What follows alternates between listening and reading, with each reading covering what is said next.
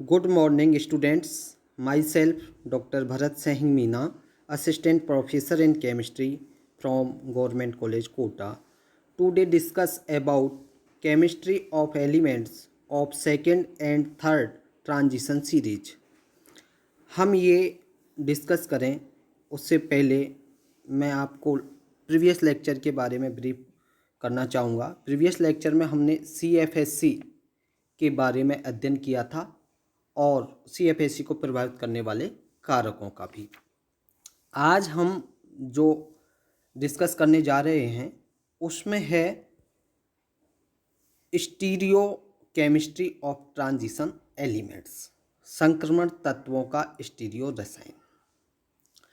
First transition series के relation में हम second and third transition series के एलिमेंट्स के डिफरेंट कॉम्प्लेक्स की स्टीरियो केमिस्ट्री का ग्रुप वाइज हम स्टडी करेंगे और इसी ऑर्डर में हम सबसे पहले जो थर्ड ग्रुप के एलिमेंट्स का स्टीरियो रसायन है उसके बारे में डिस्कस करते हैं। ये हम जानते हैं और इससे प्रीवियस लेक्चर्स में हम पढ़ भी चुके हैं कि जो फर्स्ट ग्रुप है या जिसे कहें हम ट्रांजिशन एलिमेंट्स का जो फर्स्ट ग्रुप है या जिसे हम दूसरे नाम से स्कैंडियम ग्रुप में 3 एलिमेंट्स हैं।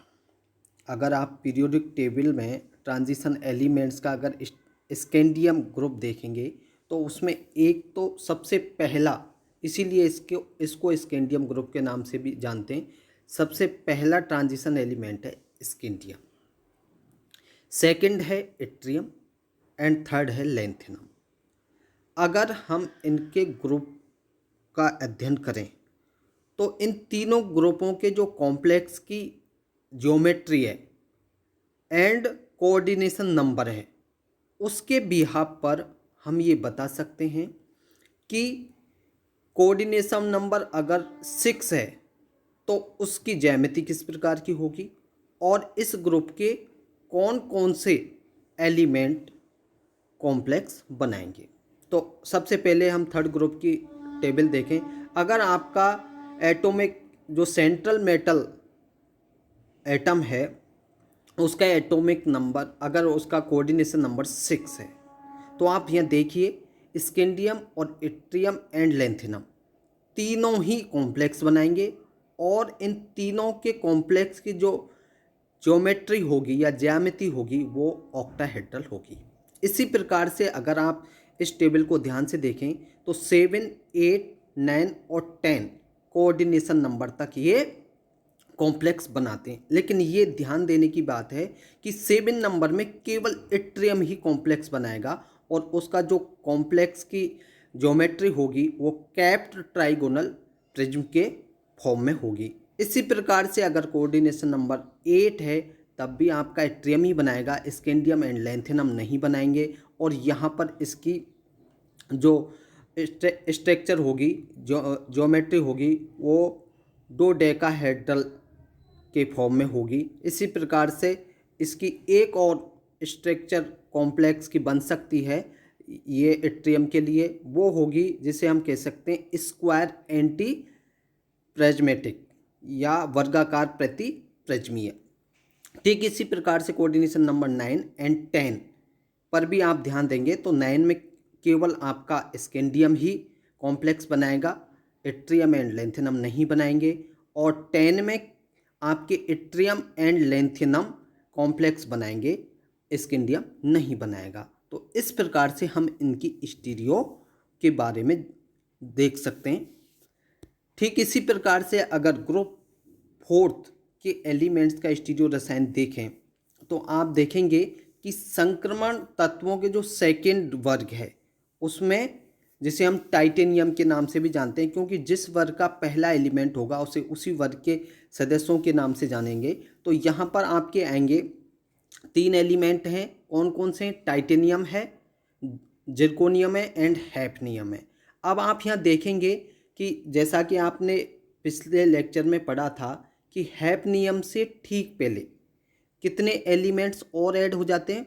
14, जो लेंथेनाइड एलिमेंट्स के नाम से जाने जाते हैं। और इसी लेंथेनाइड संकुचन के कारण जो हैफनियम और इसके बाद के एलिमेंट्स हैं उनके आकार में ज़्यादा वृद्धि नहीं हो पाती और वो लगभग आपको जिरकोनियम के आसपास ही आपको हैफनियम की जो रेडियस होती है, परास होती है, वो लगभग बराबर होती है। अब अगर आप इस टेबल को ध्यान से देखेंगे तो आपको एटॉमिक नंबर, अगर कोऑर्डिनेशन नंबर 3rd से लेके और ये 12 तक कोऑर्डिनेशन नंबर रखते हैं और इसमें भी टाइटेनियम, जिरकोनियम एंड हैफनियम है। हैफनियम इनमें से एक भी कॉम्प्लेक्स नहीं बनाएगा। 3rd से लेकर 12 तक एक भी इसका कॉम्प्लेक्स नहीं है। टाइटेनियम में आपको देखेंगे 3rd, 4th, 5th, 6th इसी प्रकार से 8 तक ये आपका कॉम्प्लेक्स बनाएगा। इसी के भी यहाँ पर इसकी ज्योमेट्री का नाम होगा। जैसे ही अगर ये कोऑर्डिनेशन नंबर 3rd के साथ अपना कॉम्प्लेक्स बना रहा है तो इसको समतल त्रिकोणीय के नाम देंगे। अगर ये 4th के साथ बना रहा है तो इसको चतुष्फलकीय देंगे। अगर जर्कोनियम भी यहाँ पर कॉम्प्लेक्स बना रहा है 4th के साथ, तो चाहे आपका टाइटेनियम हो, जर्कोनियम हो या हैफनियम हो, अगर कोऑर्डिनेशन नंबर सेम है तो उसकी ज्योमेट्री का नाम भी सेम होगा तीनों के लिए। इसी प्रकार से हम नेक्स्ट ग्रुप के एलिमेंट्स का स्टीरियो रसायन भी देख सकते हैं। आप देखेंगे कि वर्ग 5th के जो ट्रांजिशन एलिमेंट्स हैं उसे हम 3rd वर्ग में या वेनेडियम के नीचे जितने भी 2 ट्रांजिशन एलिमेंट्स आएंगे, कौन कौन से, एक तो होगा नायोबियम और दूसरा होगा टेंटेलम। हम जानते हैं कि सबसे छोटा आकार किसका है, वेनेडियम का। वेनेडियम के छोटे आकार होने के कारण इसकी जो कम कोऑर्डिनेशन नंबर है 3 या 4 वाले कॉम्प्लेक्स भी वेनेडियम बना सकता है, क्योंकि इसका आकार कैसा होता है, छोटा। जबकि बड़े आकार के लिए तो बड़े आकार का आपका कौन सा है, नायोबियम है और टेंटेलम है। ये हाई कोऑर्डिनेशन नंबर वाले कॉम्प्लेक्स आसानी से बना लेते हैं। तो आप देखेंगे, ये ध्यान से देखेंगे, जैसा कि मैं अभी बता रहा था कि वेनेडियम का छोटा आकार है तो केवल वेनेडियम ही यहाँ पर 3rd एंड 4th कोऑर्डिनेशन के साथ आपका कॉम्प्लेक्स बना रहा है, जबकि नायोबियम एंड टेंटेलम दोनों ही नहीं बना रहे हैं। और अगर अधिक कोऑर्डिनेशन नंबर देखें तो अधिक कोऑर्डिनेशन नंबर में आपके नायोबियम एंड टेंटेलम भी बना लेते हैं और इन्हीं कोऑर्डिनेशन नंबर के बिहाफ पर इनकी कॉम्प्लेक्स की जो ज्योमेट्री होती है वो डिसाइड होती है। जैसे हम उदाहरण के तौर पर अगर यहाँ देखें BCl5 है तो इसकी जो कोऑर्डिनेशन नंबर है वो 5 है, इसलिए इसका जो ज्योमेट्री नेम है वो है त्रिभुज द्विपिरामिड। ये ठीक इसी प्रकार से ग्रुप 6 के एलिमेंट्स का भी हम स्टीरियो रसायन देख सकते हैं। अन्य ग्रुपों की तरह ही 6 ग्रुप भी क्रोमियम वर्ग के तत्वों में सबसे छोटा है और इसी कारण क्रोमियम कम उपसैसिव संख्या वाले कॉम्प्लेक्स बनाता है। जैसा हमने 5th ग्रुप में भी देखा था, वेनेडियम का छोटा आकार होने के कारण वो कम कोऑर्डिनेशन नंबर वाले कॉम्प्लेक्स भी बना लेता है। जबकि मोलिब्डेनम अगर ग्रुप 6 में देखेंगे तो मोलिब्डेनम एंड टेंटेलम क्या करेंगे, ये हाई कोऑर्डिनेशन नंबर वाले कॉम्प्लेक्स बनाएंगे। देखेंगे यहाँ पर अगर कोऑर्डिनेशन नंबर 3rd है तो केवल क्रोमियम, क्योंकि इसका आकार छोटा है तो यही एक कॉम्प्लेक्स बना रहा है। मोलिब्डेनम एंड टंगस्टन दोनों ही नहीं बना रहे हैं और इसके 3rd कोऑर्डिनेशन नंबर के साथ इसकी जो ज्योमेट्री, संकुल की ज्यामिति का नाम होगा वो होगा समतल त्रिकोणीय। इसी प्रकार से अन्य मोलिब्डेनम एंड टंगस्टन के भी कॉम्प्लेक्स बनेंगे, लेकिन वो अधिक कोऑर्डिनेशन नंबर के साथ बनेंगे। ठीक इसी प्रकार से ग्रुप 7 के एलिमेंट्स का भी स्टीरियो रसायन हम टेबल के माध्यम से देख सकते हैं।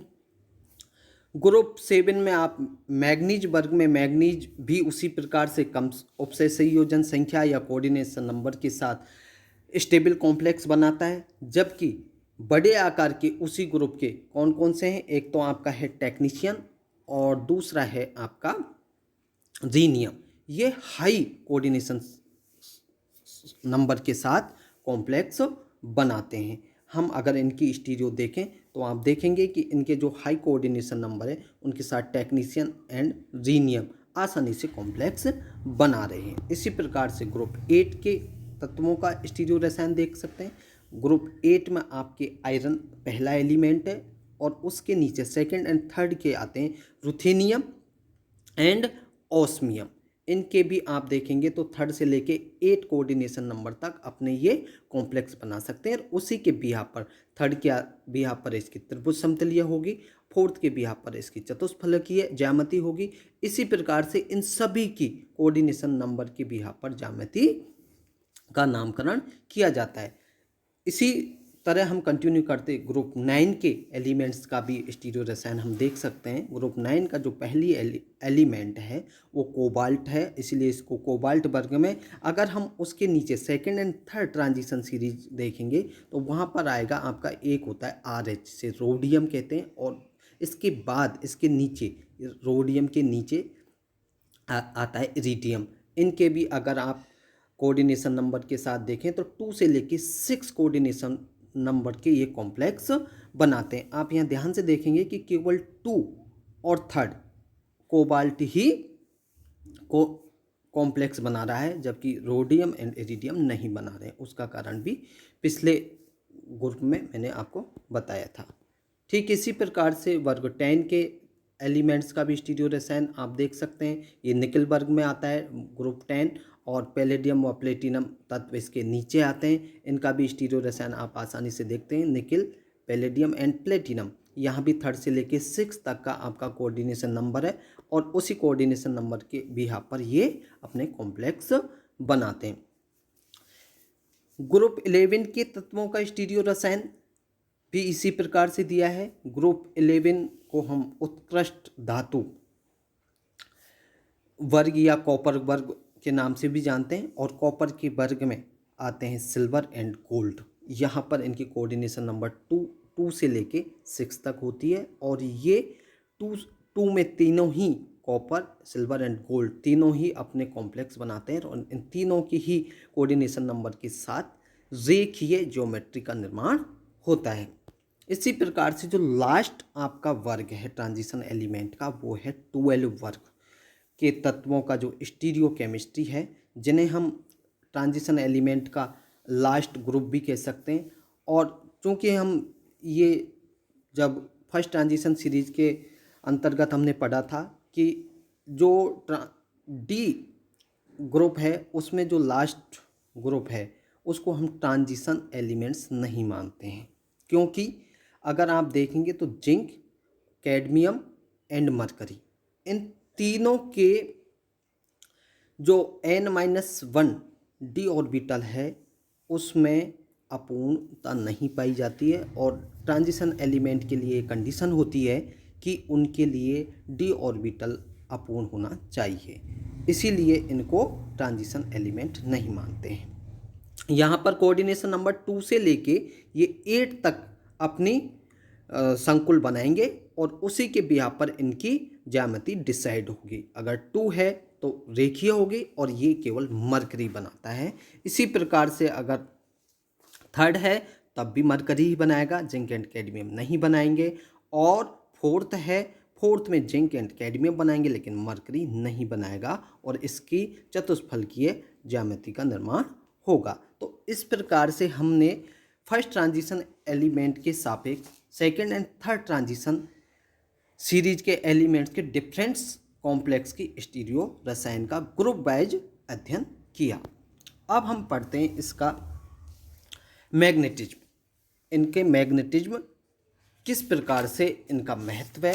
तो सबसे पहला जो फर्स्ट ट्रांजिशन सीरीज के कॉम्प्लेक्स बनते हैं उसमें लिगेंड का इम्पोर्टेंट रोल होता है। कैसे? क्योंकि यदि कोई लिगेंड स्ट्रॉन्ग है तो स्ट्रॉन्ग लिगेंड क्या करेगा, इलेक्ट्रॉन का युग्मन करेगा, और इलेक्ट्रॉन का युग्मन होने से वो स्पिन कैसा हो जाएगा, लो स्पिन हो जाएगा। और जब लो स्पिन होगा तो कॉम्प्लेक्स किस प्रकार का बनेगा, लो स्पिन कॉम्प्लेक्स का निर्माण होता है। इसके विपरीत यदि कोई लिगेंड वीक है तो वीक लिगेंड क्या करेगा, जो सेंट्रल मेटल एटम है या आयन है कि इलेक्ट्रॉन का युग्मन नहीं करेगा, कपलिंग नहीं करेगा, और कपलिंग नहीं होने से किस प्रकार का स्पिन होगा, हाई स्पिन होगा, और ये उच्च चक्रण संकुल का निर्माण करेगा।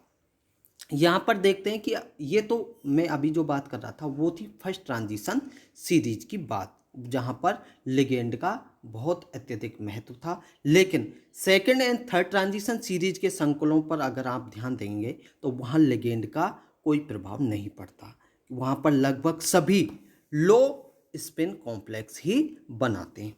इसके अतिरिक्त आप देखें, लिगेंड की बात करी तो केवल फर्स्ट ट्रांजिशन सीरीज पे इफेक्ट पड़ा, सेकेंड एंड थर्ड पर नहीं पड़ा। इसके अतिरिक्त भी अगर आप और देखें तो second and third transition series के कॉम्प्लेक्स के लिए एक अन्य महत्वपूर्ण बात है। वो क्या है कि इनके जो चुंबकीय आघूर्ण होते हैं उसमें केवल अनपेयर्ड इलेक्ट्रॉन का ही योगदान नहीं होता है, इसके अलावा भी योगदान होता है। और वो किसका होता है? स्पिन ऑर्बिट कपलिंग का। इसका भी बहुत महत्व होता है। और आप जब भी कैलकुलेशन करेंगे किसकी? चुंबकीय आघूर्ण की, तो उस कॉम्प्लेक्स में जो प्रेजेंट अनपेयर्ड इलेक्ट्रॉन की संख्या ही पर्याप्त नहीं होगी, इसके साथ इसके लिए एक जटिल इक्वेशन की उपयोग की आवश्यकता भी पड़ेगी। इसी तरह हम देखें second and third transition series के जो कंपाउंड्स होते हैं उनके लिए एक और बहुत ही महत्वपूर्ण बात है। वो क्या है कि इनके जो अनचुंबकीय गुण होते हैं वो किस पर डिपेंड करते हैं? ताप पर डिपेंड करते हैं। और इसकी व्याख्या हम इस प्रकार से करते हैं कि जब ग्राउंड स्टेट एनर्जी लेवल होती है तो उस समय इनका जो स्पिन ऑर्बिट कपलिंग होती है उसके कारण ऑर्बिटल्स की क्या समाप्त हो जाती है? डीजनरेसी या अपभ्रष्टता समाप्त हो जाती है। तो ये आपका मैग्नेटिज्म का कैरेक्टर था ट्रांजिशन सीरीज के एलिमेंट्स का। अब नेक्स्ट हम देखते हैं कि ट्रांजिशन सीरीज एलिमेंट्स में कौन कौन से तो मेटल मेटल बॉन्ड बनाते हैं और कौन से क्लस्टर बनाते हैं, जिसका हेडिंग है metal metal bonding and cluster compounds. यहाँ पर आप अगर ध्यान से देखेंगे तो मेटल मेटल बॉन्ड शुद्ध धातुओं के अतिरिक्त कई धात्विक यौगिकों में भी पाया जाता है। और आप अगर ध्यान से देखेंगे तो आपको ये देखने में मिलेगा कि जो फर्स्ट ट्रांजिशन सीरीज के मेटल्स में यह बॉन्डिंग ज़्यादा नॉर्मल नहीं होती है। उसमें आपको ये देखने को मिलेगा कि यहाँ पर जो बंधन होता है वो अधिक सामान्य नहीं होता है। किसमें? फर्स्ट ट्रांजिशन सीरीज में। और इसमें आपको ये कुछ एक ही ट्रांजिशन एलिमेंट हैं जिनके साथ ये मेटल मेटल बॉन्ड पाया जाता है। किसमें? फर्स्ट ट्रांजिशन सीरीज में। जैसे ये आपका मैग्नीज है, आयरन है, कोबाल्ट है, और इसी प्रकार से ये धात्विक कार्बोनिलों में जैसे कार्बोक्सिलेट संकुलों और निकल डाई मेथिल ग्लाइऑक्सिम, ऐसे ही कुछ उदाहरण हैं जिनमें फर्स्ट ट्रांजिशन सीरीज मेटल परमाणु के मध्य मेटल मेटल बॉन्ड पाया जाता है। तो हम ये कह सकते हैं कि फर्स्ट ट्रांजिशन सीरीज में जो मेटल मेटल बॉन्ड है वो ज़्यादा कॉमन नहीं है।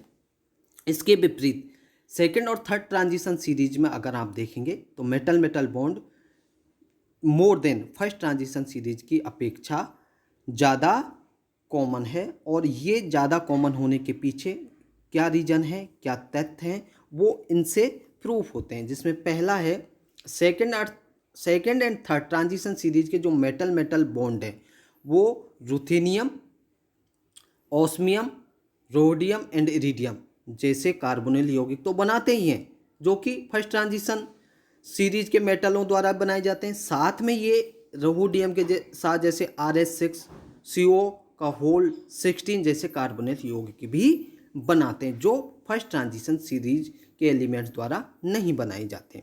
इसी प्रकार से थर्ड ट्रांजिशन सीरीज की मोलिब्डेनम, रोडियम और रुथेनियम, रोडियम धातुएं क्रोमियम एसीटेट जैसे द्विनाभिकीय संकुलों का भी निर्माण करते हैं। थर्ड है कि जैसे Re2Cl8 का होल 2- जैसे धात्विक हैलाइडों में भी मेटल मेटल बॉन्ड पाया जाता है। इसी प्रकार से second and third transition series की तत्व जैसे niobium, molybdenum, tantalum, tungsten and rhenium halide अधिकांशतः क्लस्टर यौगिकों के रूप में पाए जाते हैं। अब हम इनकी ये बात करें कि इन तत्वों के हैलाइडों में जो क्लस्टर, इन तत्वों के हैलाइडों में 3 या 6 धातु परमाणु परस्पर मेटल मेटल बॉन्ड द्वारा जुड़कर एक गुच्छा सा बना लेते हैं, और जो गुच्छा सा बनता है उसे हम क्लस्टर कंपाउंड कहते हैं।